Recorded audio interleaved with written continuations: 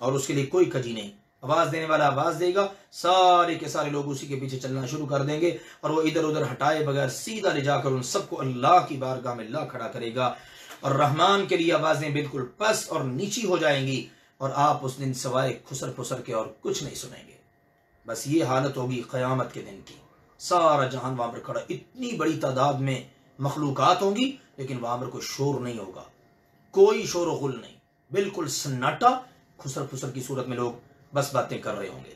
اس دن سفارش کام نہیں آئے گی مگر جس کے لیے رحمان سبحانہ و تعالی اجازت دے گا اور جس کے لیے بات کرنا پسند کرے گا. یہ اللہ تعالی نے شفاعت کا مسئلہ قرآن میں جا بجا حل کر دیا.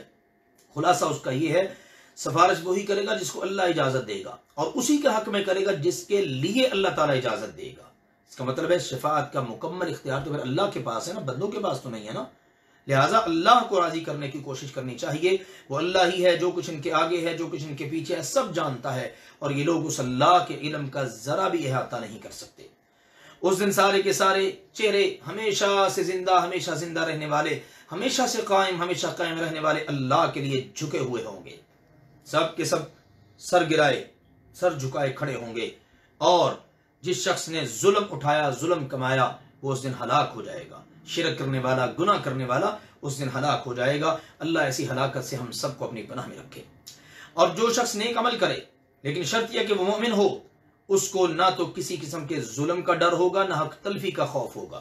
اس کو کوئی ڈر نہیں ہوگا کہ میرا حق مارا جائے گا، مجھ پر زیادتی ہو جائے گی، بلکہ اللہ ذوالجلال والاکرام ان سب کو بالکل بے خوف و خطر کر کے بہترین اجر عطا کرے گا. اللہ ہمیں بھی ان خوش نصیبوں میں شامل فرما لے. اسی طرح ہم نے اس قرآن کو عربی زبان میں بنا کر اتارا ہے، اور ہم اس میں ڈراوے کی، وعید کی باتیں مختلف انداز میں پھیر پھیر کر بیان کرتے ہیں، تاکہ لوگ تقوی اختیار کریں، بچ سکیں کہ ان کے لیے اللہ کی نافرمانی کی باتیں کون سی ہیں، اور ممکن ہے ان کے لیے کوئی نصیحت پیدا کر دے، کوئی نصیحت کی صورت نکل آئے، اور وہ نصیحت پکڑ کر اچھے انداز میں زندگی گزارنا شروع کر دیں. اللہ جو سچا بادشاہ ہے، بہت بلند و بالا ہے. اور اے میرے پیغمبر، آپ قرآن پاک کو پڑھنے میں جلدی نہ کریں قبل اس کے کہ اس کی وحی آپ کی طرف مکمل کر دی جائے. وحی اترتی، نبی کریم صلی اللہ علیہ وسلم تیزی سے پڑھنا شروع کر دیتے، جلدی جلدی پڑھنا شروع کر دیتے تاکہ پڑھ کر یاد ہو جائے. اللہ نے کہا میرے پیغمبر ایسا کرنے کی ضرورت نہیں ہے، کیونکہ اس قرآن کا اتارنا، اس کو آپ کے سینہ مبارک میں جمع کرنا، آپ کی زبان مبارک سے جاری کرنا، یہ سب کی سب ہماری ذمہ داری ہے. ہاں البتہ آپ یہ کہتے رہا کریں، اے میرے رب میرے علم میں اضافہ فرما، اے میرے اللہ مجھے علم میں زیادہ کرتا رہے.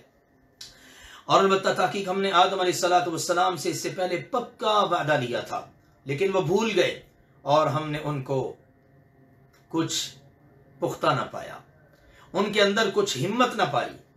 جیسا کہ اللہ تعالیٰ نے ذکر کیا ہے، آدم علیہ السلام سے پکا وعدہ لیا، آپ نے جنت میں رہنا ہے، جہاں سے جو چاہیں کھائیں پیئیں، لیکن اس درخت کے قریب نہیں جانا.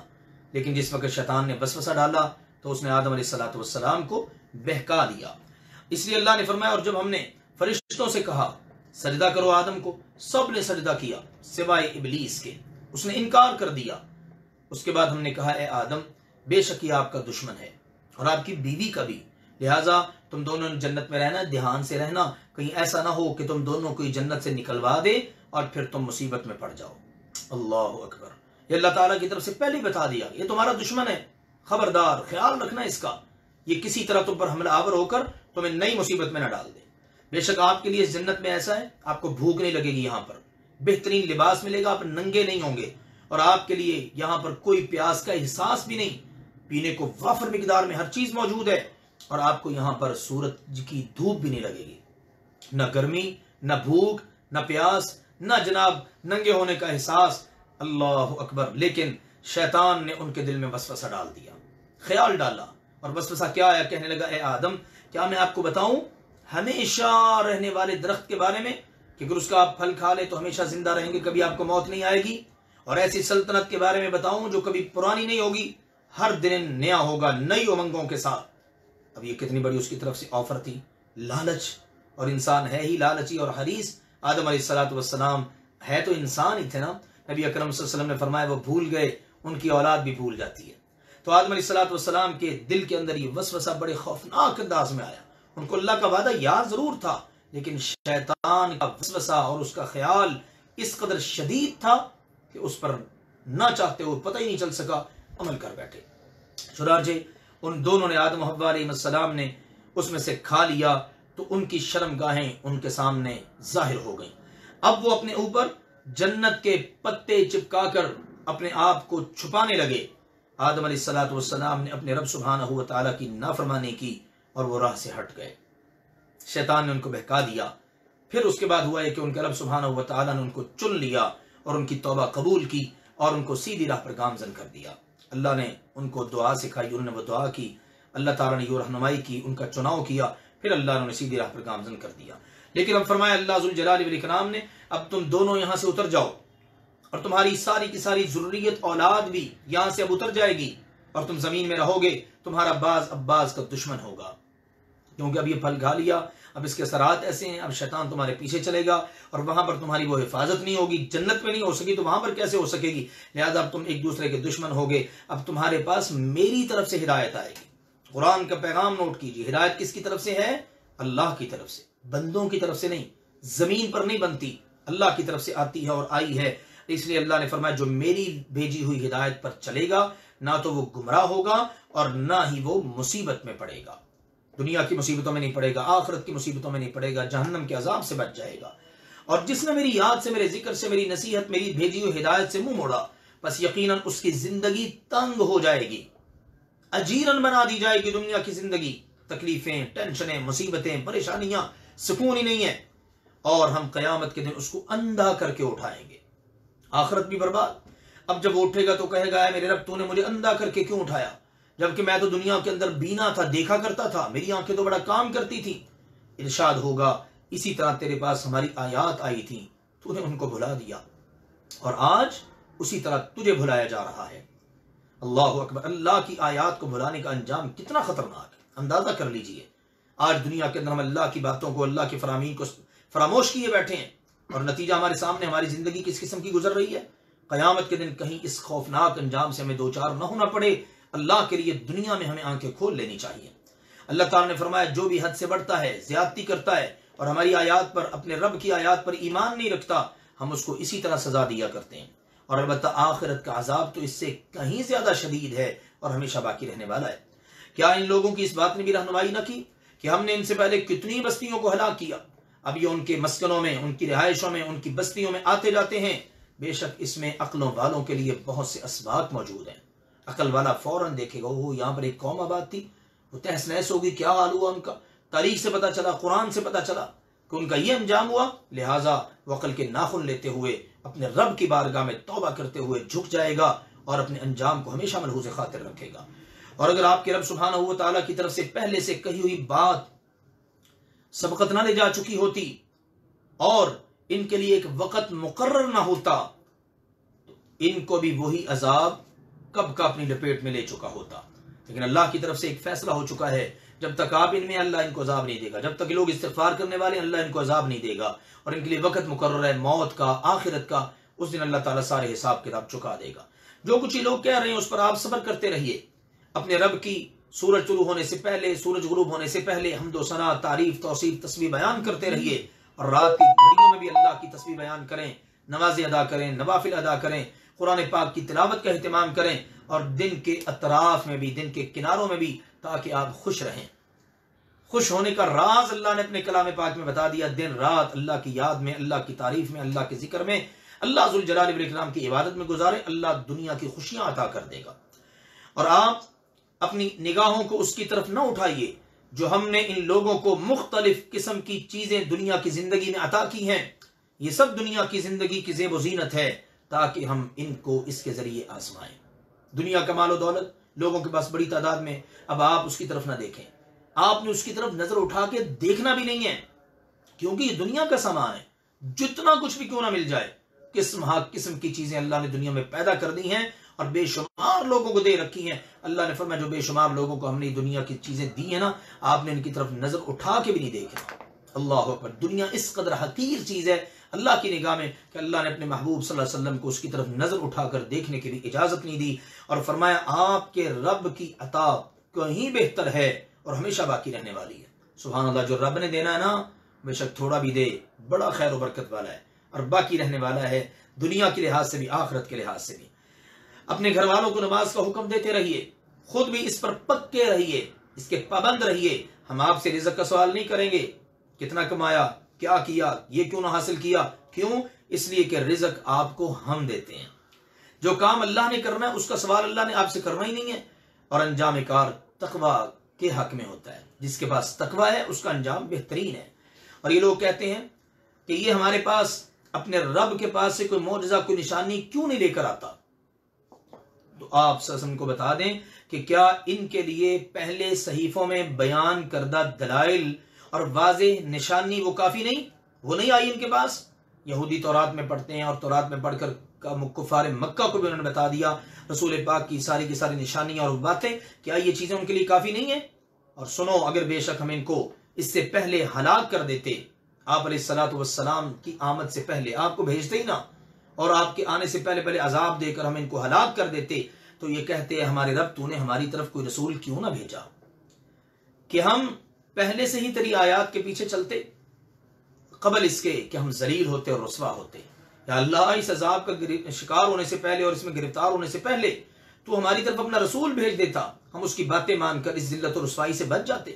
پھر انہوں نے یہ عذر بہانہ کرنا تھا، لیکن اللہ ذوالجلال والاکرام نے ان کو یہ عذر بہانہ کرنے کا موقع ہی نہیں دیا۔